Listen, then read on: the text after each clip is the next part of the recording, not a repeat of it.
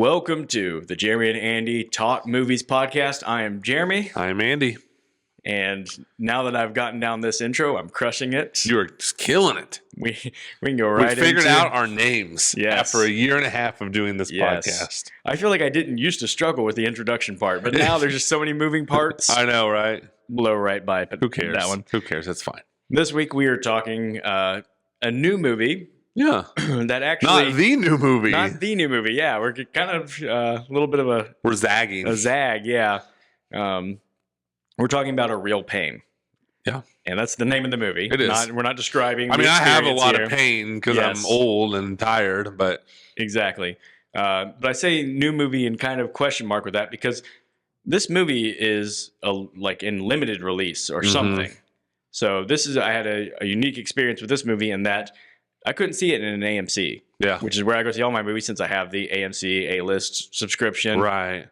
But this movie is not showing at any AMCs, like literally anywhere. It's so weird here. So, it wasn't like I was real frustrated or disappointed I had to do this, but I just had to go to the other theater in Champaign or in Savoy and buy a ticket like, normal like civilian. Like a peasant. Yes, exactly. And go see this movie. And I was happy to do it. I just think it's very strange that this is the movie that I see a lot of movies I feel like are obscure movies at the AMC. So I'm like, why is this movie? This one, I know. I don't still, as much of a movie fan as I am, I don't understand sometimes why things come or don't come to theaters. Yeah, because this one is getting some notoriety. Like it's talked about like as an awards contender. And it's got great critical reviews. Yeah. I mean, you saw Nora at the AMC, right? Yeah. I mean, it's still kind of in the same family of a Nora in a lot lot of ways. Yeah. So... yeah, why this one is obscure? Why Nora, not this? So I also don't know. I can't remember exactly when this movie released because I remember seeing that there was a release date and I kept looking for it at the AMC and like, oh, maybe that was limited release. Maybe it'll come eventually. It just was never coming. And then I just happened to randomly pull up the Savoy one. I look at that every once in a while just to see what flashback movies they're doing. Yeah. Is really what I'm looking for. And when it showed A Real Pain showing there, I was like, oh, it is out. I know. It's just strange. Only available there. Well, what was it? When I saw Cuckoo this summer, I had to go to the AMC. Yeah. I'm a Savoy guy. Had to go to the AMC because it wasn't playing at Savoy. So, I don't know. Yeah. And obviously, eventually, once this gets big enough, the theaters will just call us and ask us what we want them to play. I think, hey, what are you guys podcasting on next week? Because we want to make sure we're playing it. Right. It's the smart move from them. It is. I feel like that's coming sooner rather than later, probably. Yeah. So I think I was intrigued by this movie just on the notion that it was written and directed by Jesse Eisenberg, who is the star of The Social Network. People know as my favorite movie. Yeah. I wouldn't say that I've just been like, so I'm a huge Jesse Eisenberg fan. I like him. I think he's been good in several things. I think he's usually a talented actor. Yeah. I think he's got certain limitations that he plays to certain strengths very well. He does. And it's, probably something he doesn't like is being typecast, but it's one of those guys that's like, but you're so good at it. You're typecast a little bit for a reason. Yeah. Well, look what happens when he tries to be Lex Luthor. Yeah. that it just didn't work at all. Which really was not his fault. A lot of really weird choices. Yeah, that's a whole other conversation. Yeah, God, I forgot about that. You just brought it up, and I'm just now bad. All that's going through my mind is all the weird things that happen. It's so bad with him as Lex Luthor in that movie. But we talk about this all the time when it's an actor who's doing stuff behind the camera. Now it's what attracted you about this story? Like, and again, writing it's an original from him. I didn't realize though that this is actually his second written and directed by credit. Yeah, he did a movie called When You Finish Saving the World in 2022. I didn't hear anything about that. I totally missed that happening. Same. So in my mind, this was the first. Right, same. I only learned about the other movie like researching this movie. Yes, exactly. So I was like, oh, it'll be interesting to see what kind of person Jesse Eisenberg is because you gotta think that's what you're seeing when you see it written and directed and starring. Like this is them showing this is what I really am like. This is what I really care about. This is the material that I'm drawn to. Yes. Yeah. And it's this personal. So the plot of the movie is two cousins who are reuniting to some level. It's unclear in the previews how close they are. You just know they're cousins getting together for this trip across Poland, where their grandmother's from. Their grandmother had died, and they're taking this trip just trying to honor her memory and see where their grandmother's from. And that's basically the only that's about it. premise you get. Yeah. And that is pretty much the movie. But the movie is just a play on these two characters. It's a two-handed movie where two characters are playing off each other. And I love movies like that. I love just getting to develop a character and seeing the interpersonal dynamics. And I thought this might just be right up my alley. I also, so we said it's a Jesse Eisenberg movie. So he wrote, directed, stars as one of the cousins. Yeah. The other one is played by Kieran Culkin. Yeah. And I really like Kieran Culkin. Yeah. Like, he's been good in a lot of things, but obviously the thing he's most known for now is the show Succession, yeah, which he got a lot of critical praise for, yeah. And I thought he was really good in. So I've never seen it. I've seen clips, but I've never seen the show. I think you'd like it. Yeah, it's a different kind of show, because I spend so much time watching movies. I don't watch a lot of TV. And I'm usually the same way. I'll throw in a show every once in a while. Yeah, but yeah. So I'll just go ahead and say this is going to be a movie like it's going to be hard to talk spoilers about because there's not a lot of spoil about. There's really not. I still want to get this out of the way early and then kind of give that disclaimer just in case. Yeah. I wanted to love this movie. I settled for I liked this movie. Yeah. That's kind of where I landed. Like, it definitely wasn't bad, but it didn't I didn't walk out going like, oh man, that blew me away, or that's really going to resonate with me, or I think I'm going to be revisiting that a lot. It was just kind of like, that was pleasant enough. Is kind of where I landed with the movie. How about you? 100% in agreement with you. Yeah, like, okay, that's good. Like, it's good acting. It's a well-written movie, but it's also kind of like one of my notes was kind of like, this is exactly what a movie that was written by what I would expect a movie written by Jesse Eisenberg to be like, based on like the perceptions we have of Jesse Eisenberg. You know what I mean? And it's like, yeah, it's the same. It didn't, it's not one I really foresee myself watching again. And that makes it sound like have a more harsh opinion on the movie than I do. But it is very much a movie where it's just like, really nothing happens. like you do just follow this journey, and that's fine. But it's not like, man, I can't wait to go back and watch this one part or this one scene, or like the whole movie was just like kind of steady and good. But it just doesn't lend itself to like, man, I've got to sit back down with that one. Yeah, that's something I've been rolling around in my head a lot because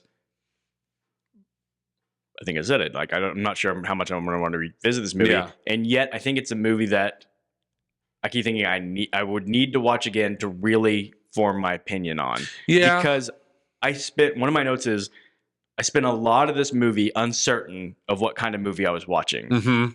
Like I mean, literally we were 2/3 of the way through the movie and I'm still going, I'm not really sure what kind of movie I'm watching here. Like what Eisenberg's going for until it really ended. And I'm looking back and going, okay, because I was kind of like, is this sort of a Richard Linklater type, like we're just hanging out with these guys having fun? Right. Are we waiting for the real big dramatic like explosions? Or, like I don't know what kind of movie we're watching. Yeah. And it really... Ultimately, it's kind of none of those things. Yeah, exactly. A little bit of those things maybe, but never like fully. Right. Yeah. So I'm like, so it's not a movie I'm going to throw on and be like, I need a fun hang. So let's hang out with these guys on this trip. It's not a movie where I'm going like, hey, I need a movie that's going to like really, grab my emotions. It's not that either. Yeah. And so it sounds like you're saying middle of the road. Like, so it's probably just going to be kind of a forgettable movie because it doesn't really do any particular thing for me. But maybe, I don't know, like maybe if I watch it again, I would get it. I don't know. I don't know either. When I got done, I was thinking the same as you. It's like, I'm afraid this movie is going to be just kind of forgotten because it's like, now that we do this podcast, a lot of times my mind will be like, I wonder if this is going to, is this going to be on my best of list or my worst of list kind of, those are like, that's my starting point. And it's like, well, this one's obviously neither. Yeah. Not even close to either. And so it just smack dab in the middle of just there. Yeah. Let's go ahead and make a note. When we do our end of the year, like look back over the year, our best of the year, worst of the year, let's have a section that's dedicated to like, what's the most middle movie that we saw all year? That's a great idea because I've got some ideas already. Yeah. What's that movie right in the middle? Yeah.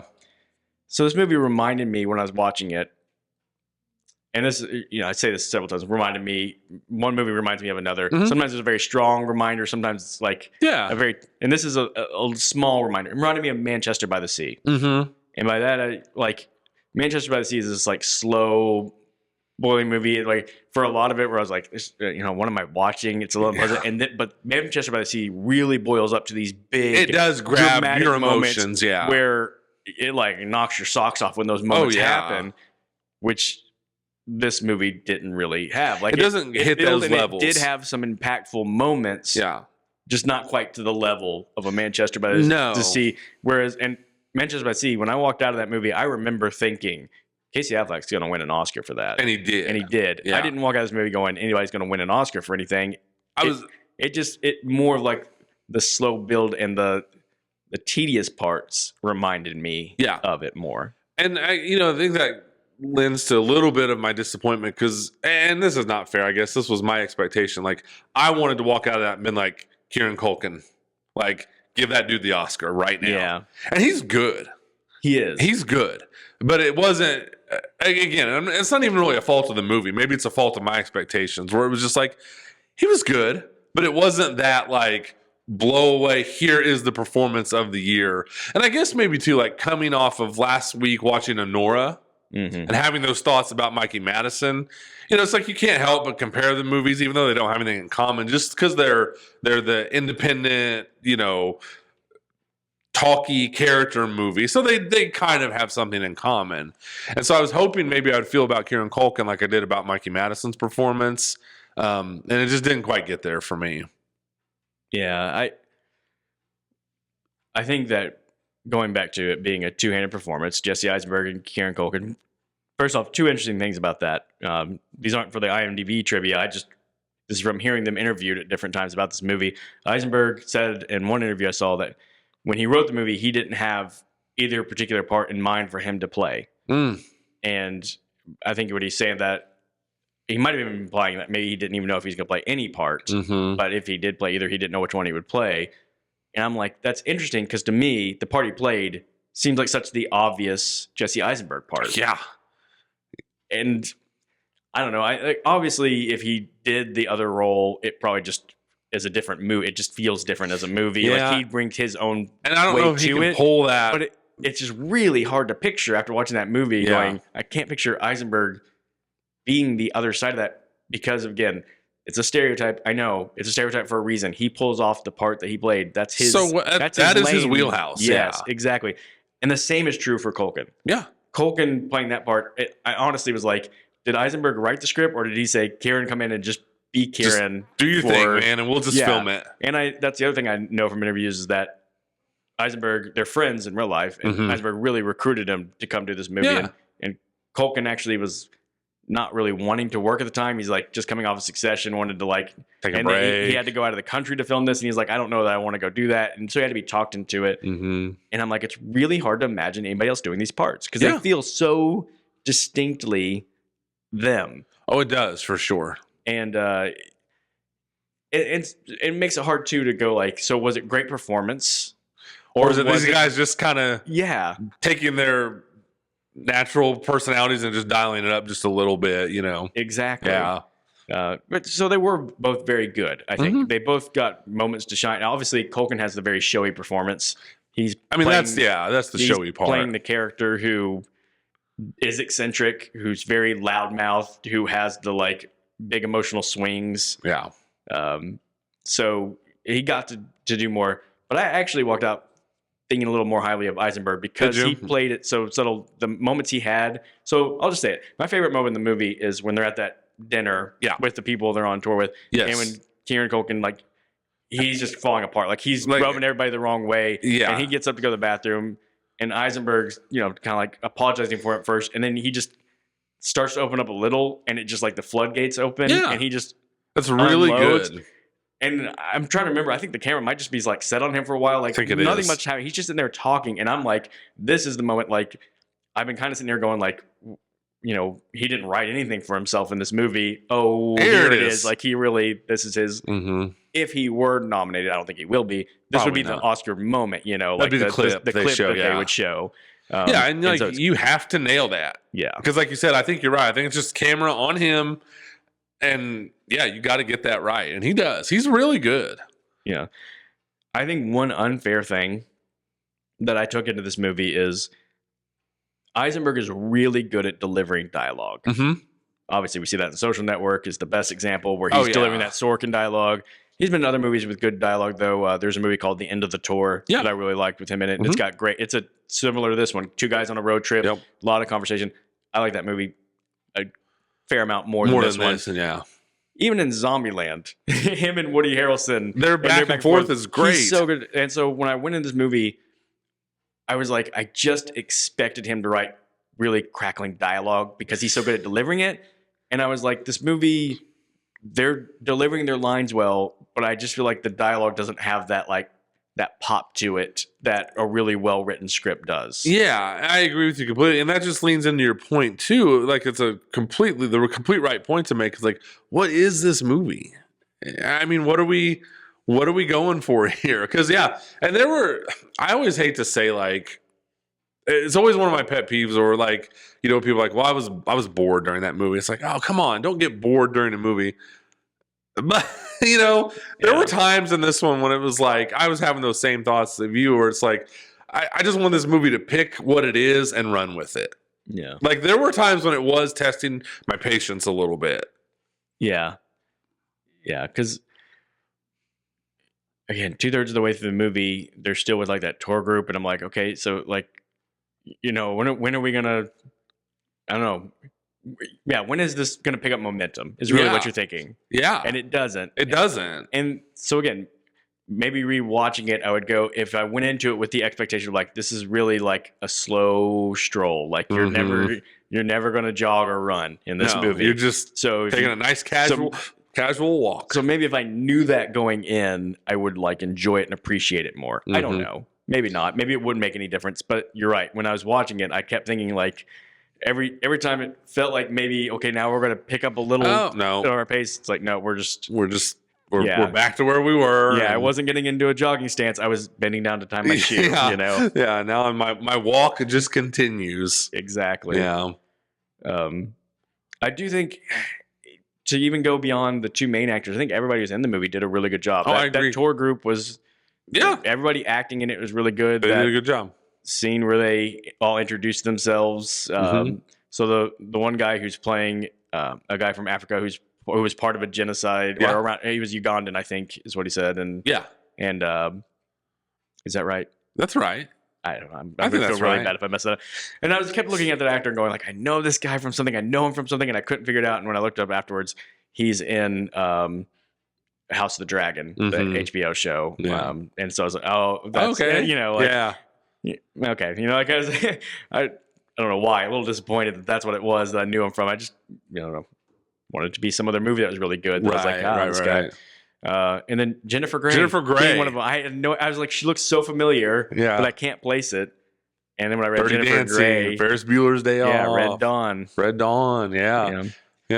Yeah, so no, I agree with you completely though. Like everyone who populates this movie, everybody holds their own.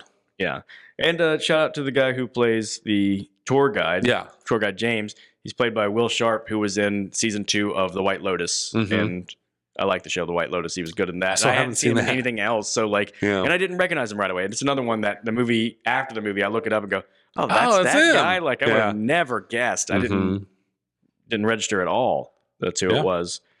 No, I thought everyone played their part well, and everyone held their own, I thought.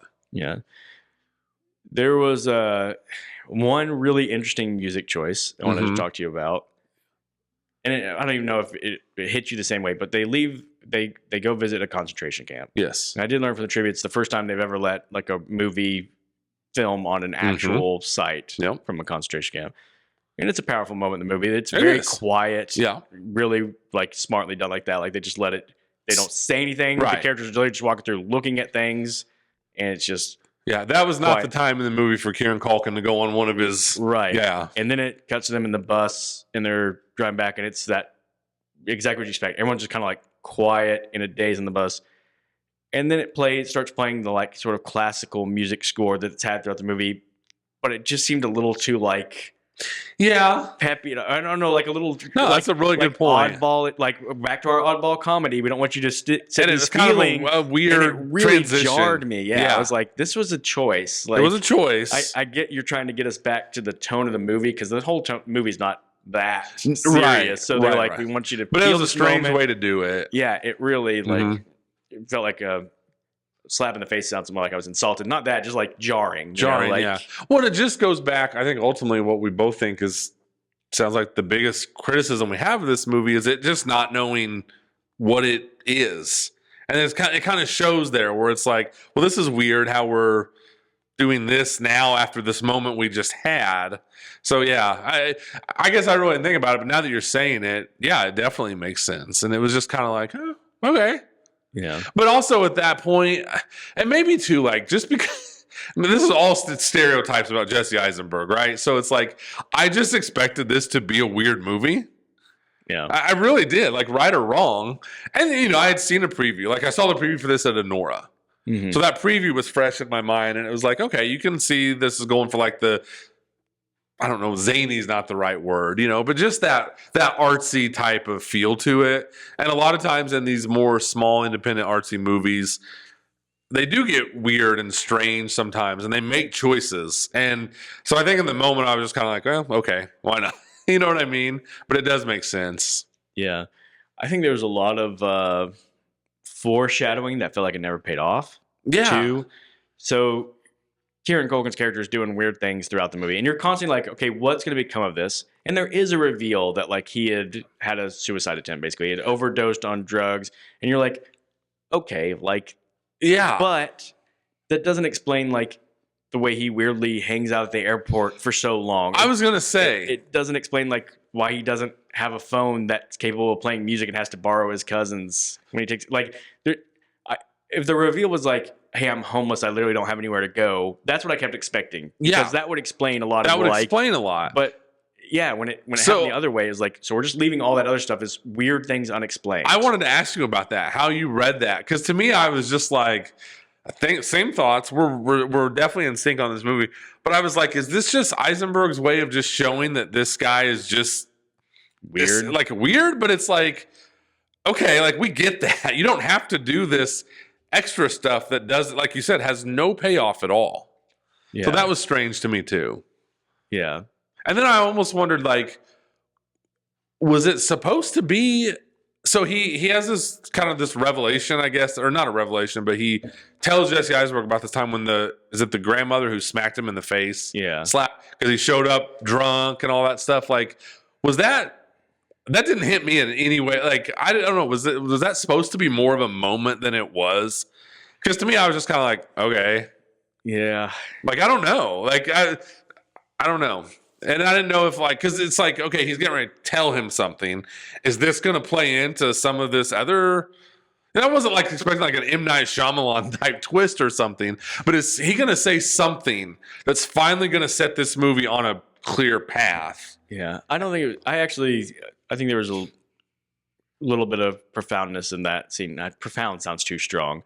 I think what he's going for is Kieran Culkin's character was saying, because he says, yeah, I showed up late, she smacked me, and he's like, oh man, like it hurt. He's like, yeah, it hurt. And he's like, he goes, it's the best thing that ever happened to me. Right. It brought me back to. And I think what he was pointing out is in this whole movie, I kept getting frustrated with how everybody was two kid gloves with Kieran Culkin. They kept letting him just pitch his fits. And I was like, somebody just smacked this guy. And when he said, she smacked me one time, it's the best thing ever happened to me, I think what he was saying is, hey, all you guys, like everyone in my life treats me so cautiously because they know how like fragile I am.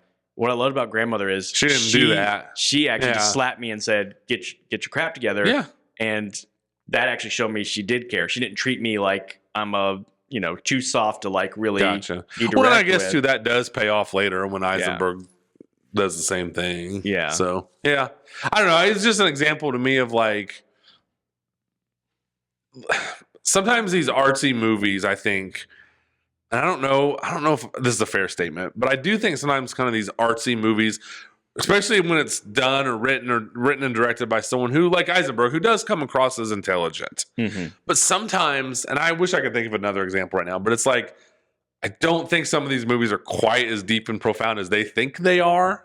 Yeah. Does that make sense? Yeah. And I was wondering, like, man, I wonder if this movie kind of falls into that. It's that, or like they try so hard to be clever, like nobody's going to even like really pick up on that. Right.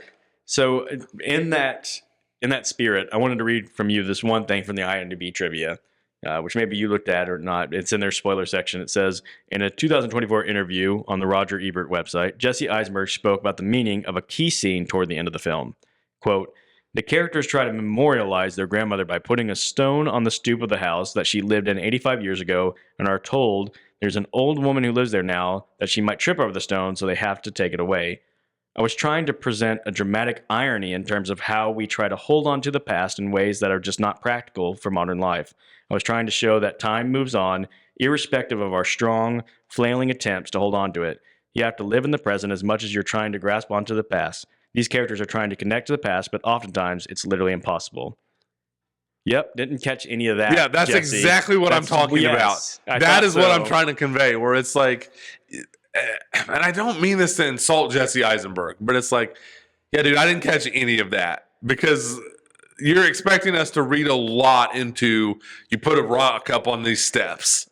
Yeah, and then they have like the exchange with the neighbor and these guys get translated. It just all drags out so long, and you're like, expecting something to come from this, but it's just a lot of awkwardness. It is, and it's one of those scenes that makes you go, are you trying to grasp for realism so much that you give us what is ultimately just the mundane? Yeah, like, I know, buddy, I came to see a movie for a reason. If I wanted to watch nothing really happening, I don't have to buy a movie ticket. I'll just stand outside. Yeah, just kind of observe. Right. Yeah, but I came to a movie because I wanted to see something a little more grand than. Yeah. But obviously, in his mind, he was doing something more behind the scenes. It just doesn't translate, though. Yeah. And again, like, not to keep comparing this movie to Anora because they're so different, but it's like I think a movie can be fascinating to watch and entertaining, and still give you. Still have something big to say. It's like we talked about. The last scene in Anora is really powerful. Mm-hmm. I mean, there's a lot going on, but it's like you get it. We talked about it. She throws herself onto this guy, and there's a sadness to it because like this is all that she knows how to do. So that movie is telling you stuff through what's happening, and this movie I don't think succeeded like Anora did in stuff like that. Even though. Does that make sense? Like, even though the two movies have nothing in common, like, I guess what I'm trying to say is, like, I can catch on to stuff in movies. I've been watching movies my whole life. Yeah. But, like, that quote you just read from Eisenberg, I'm like, nope, didn't catch that at all. No. Yeah. And ultimately, at the end of this movie, was there any character growth or anything from these characters? No, and that's the thing, too, like, the way it ends with Kieran Culkin he's just sitting in the airport, right? Yeah.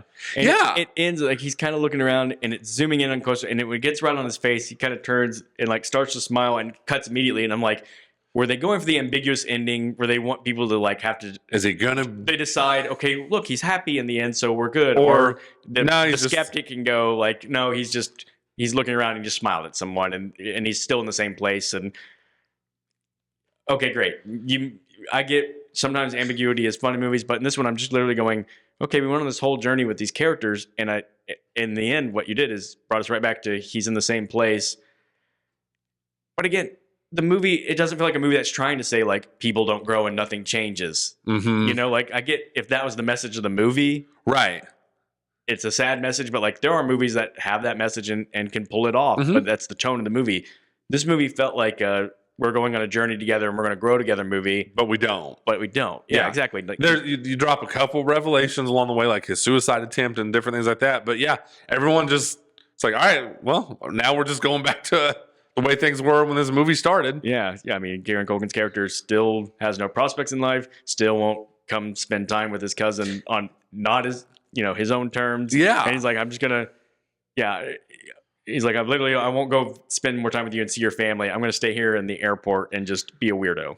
Yeah, and that's right. And that's like, not that every movie has to give you someone to root for. Mm-hmm. I mean, we've talked about it in different movies this year where it's like, you don't always get that. But it's like, sometimes, especially in these slower, more considered movies, sometimes you need at least something to go, okay, that was like, I wanted it. It's like, at least go with him and eat and meet the family. Nope. Okay, just sit here and sulk some more. So it's like, it's just hard to latch on to anyone in this movie. Yeah. And I mean, I don't know. I mean, I guess respect to Eisenberg for being willing to. I don't want to, like I always say here, I never want to be hypocritical because sometimes, I can imagine us being like, well, not every movie has to be happy, and it's like, so I don't want to sound like a hypocrite and be like, well, I wanted them to be almost more cliched and happy in this movie. But when there's really kind of nothing behind the movie, like there's like in this movie, at least give us some kind of satisfaction. Like, oh, okay, at least he took a step in the right direction. Yeah. Nope. I just went and sulked in an airport again. Yeah. So then it's hard as a viewer not to feel, I don't know, frustrated is the right word, but just like, whatever. Whatever, dude. Just sit in that airport. Yeah. I would love to talk to Jesse Eisenberg and just ask him, like, what was sort of your main idea with this movie? I know that Jesse Eisenberg's his own grandmother is from Poland, and so he's calling a little bit back from his own personal history. But just, it's okay. Okay, I get that part. But when you crafted up these two characters, what did you want to tell? Like, because I want to know, did you actually accomplish what you wanted to, and I just don't get it or don't care? Or did you have something? Would you explain something like you did in that trivia where you're like, I think they go on this journey, and I go, well, I missed that journey. I missed that. I know, right? I will say, Sean Fennessy interviews Jesse Eisenberg on the Big Picture podcast, and I just purposely didn't listen to it because I try to avoid as much before we talk about it, so we can be genuine in our response. Right. So maybe I'll go back and listen to it, and he'll cast some light on things that I missed, and it will give me a different perspective. But I just have a really hard time imagining that there's something in there that I missed that when he says, I'll go, I see it now. I agree. And I feel differently. Agreed. I agree. I don't know that my opinion would change on this movie a whole lot. Yeah. This is one of the conversations that we've had where we do this often, but I feel like, man, we've been kind of meandering. We've been all over the place with the conversation, but this is one of those movies where it's like, I just needed to have the conversation. Yeah. Somebody asked me before we recorded today, they said, how do you feel about the movie? I said, it's a movie I really feel like I need to have this podcast conversation in order to process how I feel. Because I'm kind of landing where I thought I would. Same. Somebody asked, and I said, I like this movie. I said, I can't figure out where I land. I said, on a scale to 10, it could be between a 5 and a 7. I was leaning towards more like a 5. I was like, if I talk it out and I start going, man, yeah, okay, some of those things I liked really did, it starts to climb towards a 7. But I think it's going to end right at that sort of middle 5 level. Agreed. And it's tricky, too, with the movies like this, too. Like we talk about all the time. We want movies to succeed. I want theaters to thrive. This is a hard movie to recommend to someone to go see. Yeah. It just is. To say, yeah, you're in for this particular emotion or this particular ride. Yeah. Yeah. I mean, there's some movies like, man, I want to tell as many people as I can to go see this movie, and this is not one of them. No. That said, because of what I'm hearing, I guess I shouldn't be surprised if it's getting some Oscar nominations when it comes around to that time. Which, man, if it does, that's fine. But to me, that will be a sign that it has been a weak year for Oscar type of movies. Yeah. It's one of those things, because I like Eisenberg and Culkin. Yeah. If they get nominated, I won't want to be like, oh, boo them. But I'll just feel like, somebody else I would have liked to see more for this particular year in a different performance. Yeah, it wouldn't be an outrage like America Ferrera getting nominated for Barbie. Oh my gosh! Sorry to bring that up. I know that's a sore spot for you. That was the worst. But at least she won, right? Didn't she? No, she didn't win. Okay, no, she didn't win. For some reason, I was thinking that she did not. I don't remember who did, but it wasn't her. But I think it, like I said, it would just be like, man, it was a rough year if this is what we're pulling out for. Because I would assume it'd be like Culkin for supporting actor. Yeah, I just don't think there's any chance Eisenberg gets a nomination for this movie. Yeah, I don't think. I don't know. I think she might. You think? I don't know. I just don't see this one. I don't see this. I could be wrong. I'm happy to be proven wrong. I just don't think this one's gonna grab a bunch of Oscar nominations. Yeah, you're right. You're right. America for our whatever her name is didn't win. She didn't win. She was the only one nominated between her, Margot Robbie, and Greta Gerwig. That was the surprise. Yeah. But Divine Joy Randolph won for the Holdovers. Holdovers, which yeah. I did like your that movie, pick. yeah. So, yeah.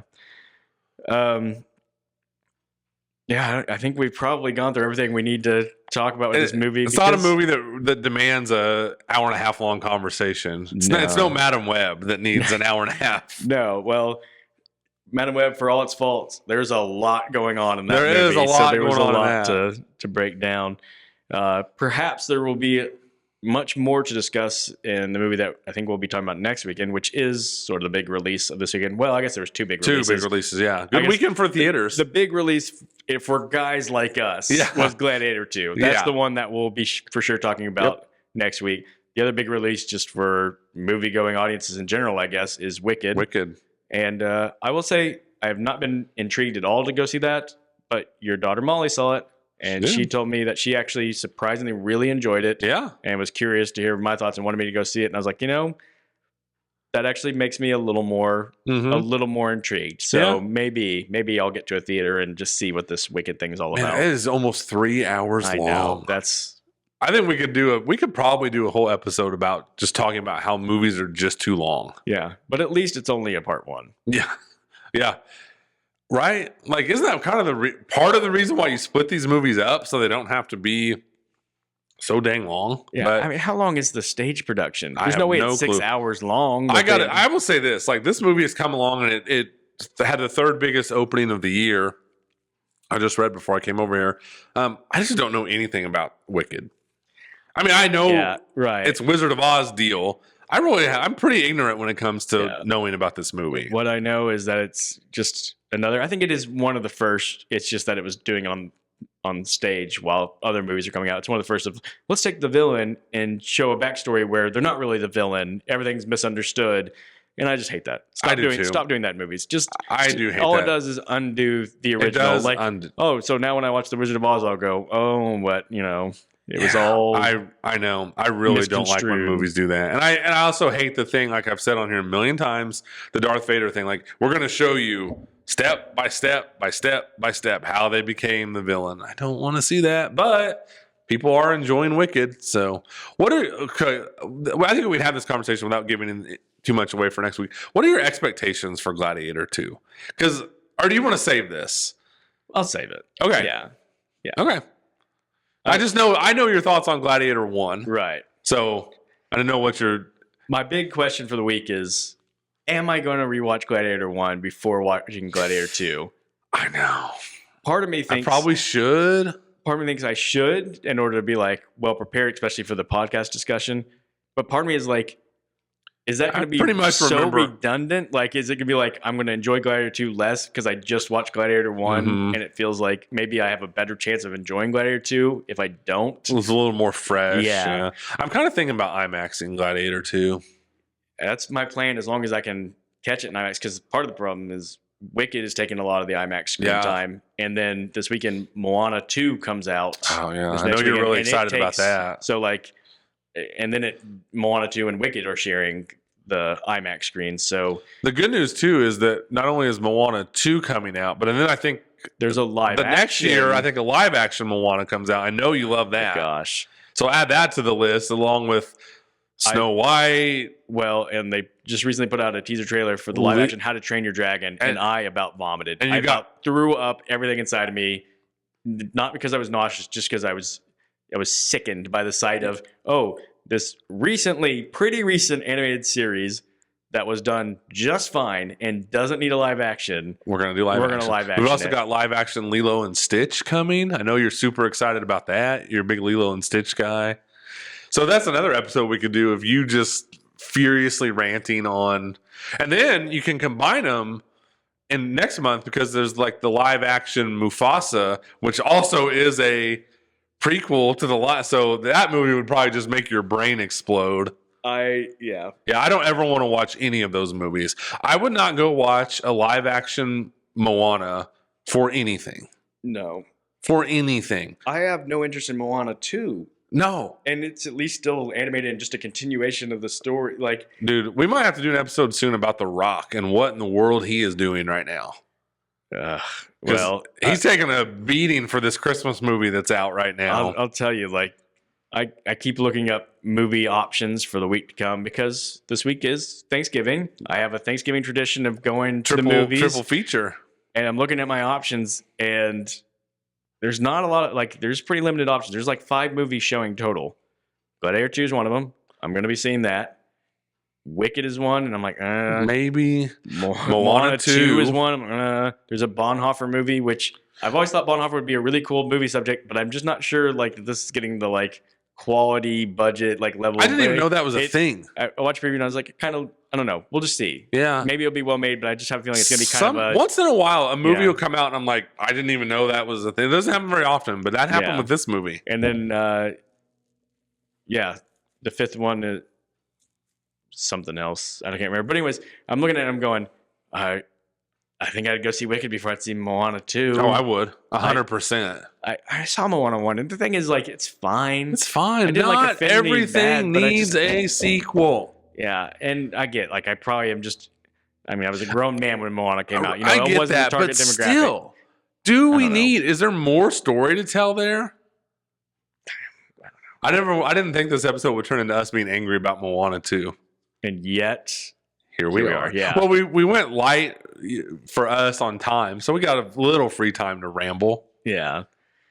I don't know. So I guess what I'm really getting at, big picture here, is Gladiator 2 might just be a breath of fresh air amongst a bunch of other franchise crap.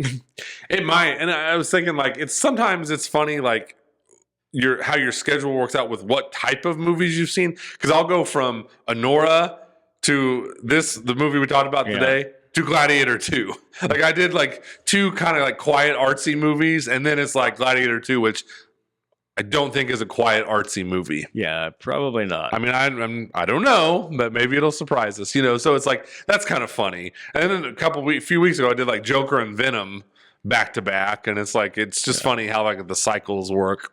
Yeah, I will say, speaking of Gladiator 2.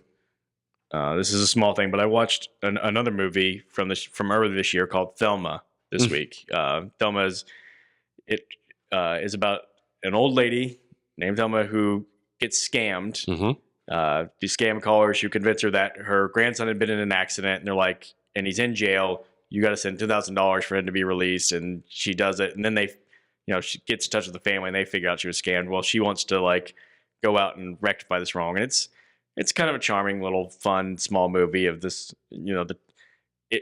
for her at her age, just trying to get to this store where she figured out the location where she had to send the money and get it back is a whole big adventure. Mm-hmm. But in this movie, her grandson, who's played really well and charmingly by a guy named Fred Heckinger, maybe, is his name. And I didn't know him from a lot. He was actually in season 1 of The White Lotus, bringing that show up again.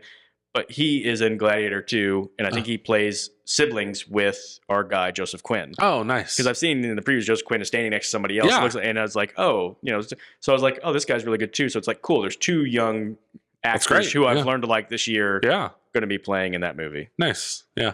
That's what I think I'm most excited about Gladiator 2 is just seeing, I want to see Joseph Quinn, see if he can continue his hot streak. I want to see Denzel, just because it's Denzel can do what he wants when he wants. Mm-hmm. So I just want to see what kind of drew him to this. So looking forward to it. Looking forward to discussing it. For sure. And we talked about before, actually, I don't remember if we did it on the pod or not, but that I have not actually seen the lead guy in Gladiator 2. Yeah. What's his name? Paul Mescal. Even though he's kind of become a big thing and has had several movies. I've not seen any of his movies. Same. So I'm kind of want to see what this guy's all about. First my chance to see. And I will say, I think I did express to you off camera, I have some doubts because there's a couple lines in the preview that I'm when Crowe had similar lines, Russell Crowe had a magnitude to him. Yeah. That I don't know. Maybe the preview just did him dirty and out of context, it didn't look right, but could be. We'll see. It did. Gladiator 2 also did well this weekend. So I think $50-something million, and it's doing big bucks overseas. So yeah, I had a feeling it would be a commercial. It's a win. Success. This weekend was a win for theaters, and this coming week probably will be too. And I'm sure Moana 2 will make $1 billion trillion. So yeah, I want to close with one thing completely off topic, just because we're talking about theaters doing well and maybe a good week for theaters, and we just want to see theaters make a comeback. Yeah, I was up with my basketball team this weekend in Arlington Heights, outside of Chicago, and we went to a mall there. last night. Just we had some time to kill between games in this tournament. Yeah. We're like, want the guys to be able to walk around. I have not been to a mall that busy since probably I was a teenager and holiday time, which this was holiday time. You know, there's like Black Friday sales and stuff going on. It's a Saturday night. This mall was so packed. The parking lot was packed. Getting in there, there's people everywhere. And me and guys I coach with were just looking at each other going like, did we just teleport back to the 90s where people go to malls 1996? Again? Like I've been to a few malls, you know, in tournaments like this. We go to Kill Time over the years, and every mall we've been to, it's like a ghost town. Yeah. Oh, yeah. And it was just really weird to be in a mall that was packed and full of people. And the weirdest thing I saw was walking past one store. It took me a moment to realize I kind of looked over and there's this like line of people kind of standing off to the side, like clearly standing in line. And I looked the other way and there's an employee roping the entrance to their store. Man. And I look up and it's the Lego store. Oh yeah. And he's like, we can take like 2 more and 2 customers. They can only let so many customers into the Lego store at a time while people are standing out in the. And I just looked at the guy who was and I go, that's my nightmare. Standing in line to shop. Yeah. Like that sounds horrible. Yeah. And then we round the corner and we're in the like upstairs. It's a very weird layered mall. There's like half floors and then we look down and there's like the kids play area in the mall and there's like just 100 little kids in there. Never mind. That's my worst nightmare. I said, this place is a house of horrors. Yeah. Everywhere I look, there's a fresh new some terror. Yeah. So I don't know. It's just weird to be in a thriving mall. Malls aren't my place, but I'd love to be at a theater thriving like that again. I'd love to just step into the theater and be like, did I just transfer back to 1999? There's a line out the door to buy tickets. I know. Not that I love the idea of standing in line to buy tickets, but just there's something about that. Where you go like, we're doing something that has real like communal resonance, you know, that people are into, you know.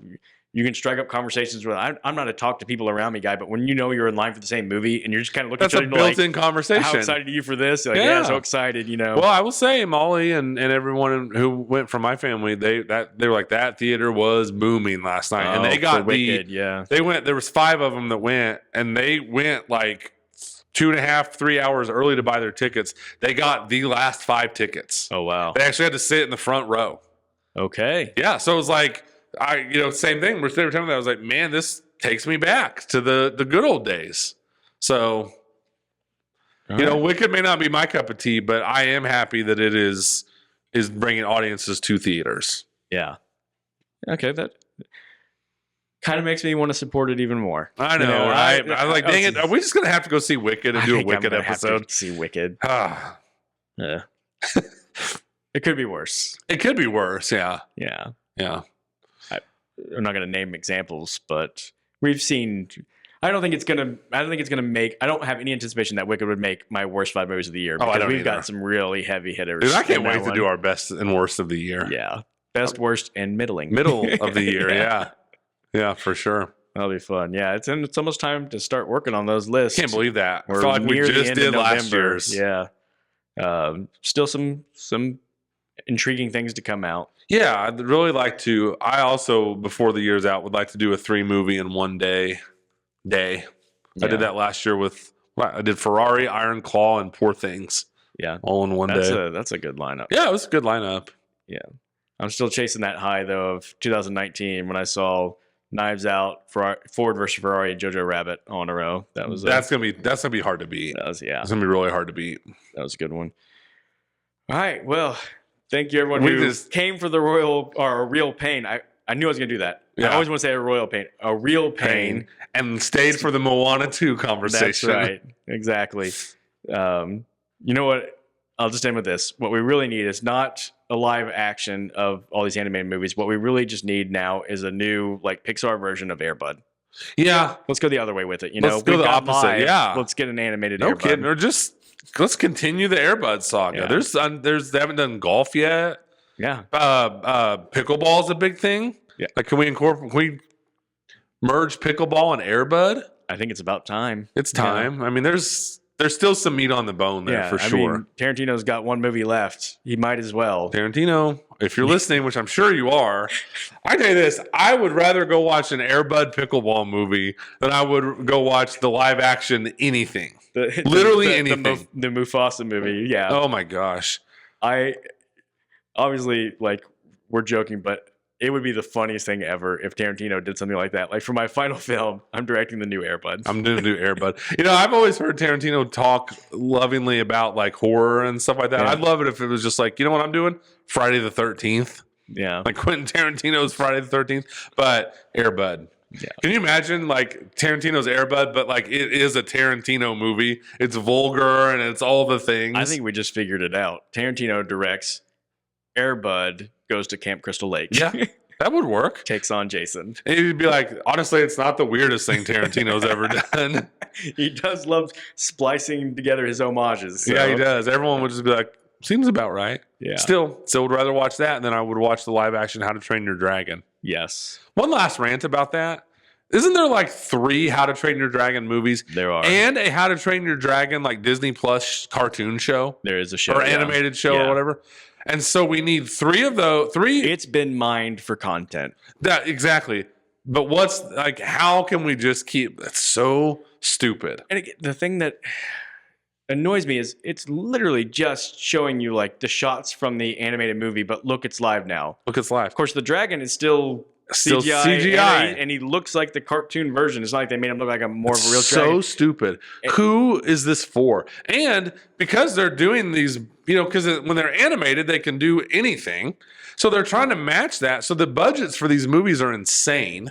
Like I remember when the live action Little Mermaid came out, and it made like $500 and something million, but I think it barely broke even. I think I'm right about that. Yeah. It's like, because it's a stupid idea. Yeah. And they're so expensive to make. They have to make so much money, and they're just not good. No. Like that's the thing, Aladdin, that's another one. It's like, this is stupid. Yeah, I mean, you've already got it right. You did it right. Like people love the 1992 Aladdin. They love it.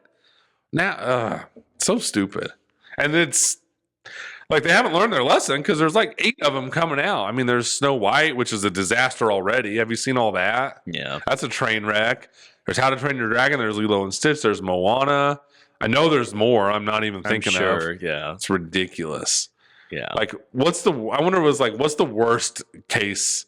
I wonder what the worst example of this will be. Oh, gosh. Yeah.